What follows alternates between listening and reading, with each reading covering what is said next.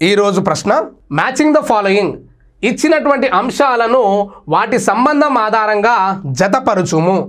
Revenue deficit, physical deficit, primary deficit, capital expenditure.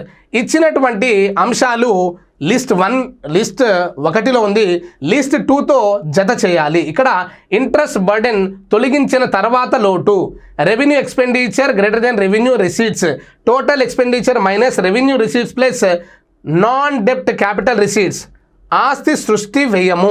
ఇక్కడ ఇచ్చినటువంటి వాటిలో ఫర్ ఎగ్జాంపుల్ ఇక్కడ క్యాపిటల్ ఎక్స్పెండిచర్ ఉంది, మనం క్యాపిటల్ ఎక్స్పెండిచర్ చేస్తున్నాము, దీనివల్ల మనకి ఏమవుతుంది, ఆస్తి సృష్టి చేయొచ్చు మనం. ఇది ఆస్తి సృష్టి కోసం చేసేటటువంటి వ్యయము. సో D4 ఎక్కడుంది మనకు, ఇక్కడ D4 ఉంది, ఇక్కడ D4 ఉంది. సో ఇది క్యాన్సల్, ఇది క్యాన్సల్, ఈ రెండిట్లో ఆన్సర్ ఉందని విద్యార్థులు గమనించాలి. నెక్స్ట్ ఇప్పుడు మనకు రెవెన్యూ డెఫిసిట్ ఉంది. రెవెన్యూ డెఫిసిట్ అంటే ఏంటి, రెవెన్యూ రిసీట్స్ కంటే రెవెన్యూ ఎక్స్పెండిచర్ ఎక్కువ ఉంటుంది అనమాట. ఇచ్చినటువంటి ఎక్కడ ఉంది, ఇక్కడ రెవెన్యూ ఎక్స్పెండిచర్ అనేది రెవెన్యూ రిసీట్ కంటే ఎక్కువ ఉంది. సో ఇచ్చినటువంటి వాటిలో ఏ అనేది 2గా కన్సిడర్ చేయాలి. A2 ఎక్కడుంది మనకి ఇచ్చిన ఆప్షన్లో, ఇక్కడ ఉంది. సో మనకు ఇది ఆన్సర్ అని డిసైడ్ అయిపోవాలి. బట్ మిగతా వాటిని కూడా మనం చెక్ చేయాలి.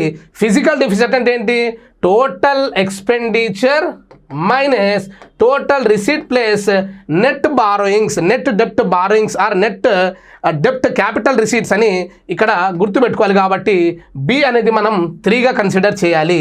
బి అనేది 3. Next primary deficit. ఆల్రెడీ మనకు తెలుసు ప్రైమరీ డెఫిసిట్ ఏంది, ఇంటర్నల్గా అంటే మనకి ఇంట్రెస్ట్ బర్డెన్ ఏదైతే ఉందో దాన్ని తొలగించిన తర్వాత మనకు కనిపించే లోటు అయితే ఉందో ఆ లోటుని మనం ఏమంటామంటే ప్రైమరీ డెఫిసిట్ అంటాం. అంటే primary deficit is called physical deficit minus interest burden payments అని మనం గుర్తుంచుకోవాలి. కాబట్టి ఇక్కడ ఇచ్చినటువంటి వాటిలో సి అనేది 1గా ఉంది కాబట్టి ఎంటైర్గా మనకు సెకండ్ ఆప్షన్ అనేది రైట్ ఆప్షన్గా. సో ఈ పదాలు అయితే ఉన్నాయో మనకు బడ్జెట్లో పదాలు, ఈ పదాలకు మీనింగ్ తెలిస్తే మనం ఈజీగా ఈ బిట్ను ఆన్సర్ చేయొచ్చు.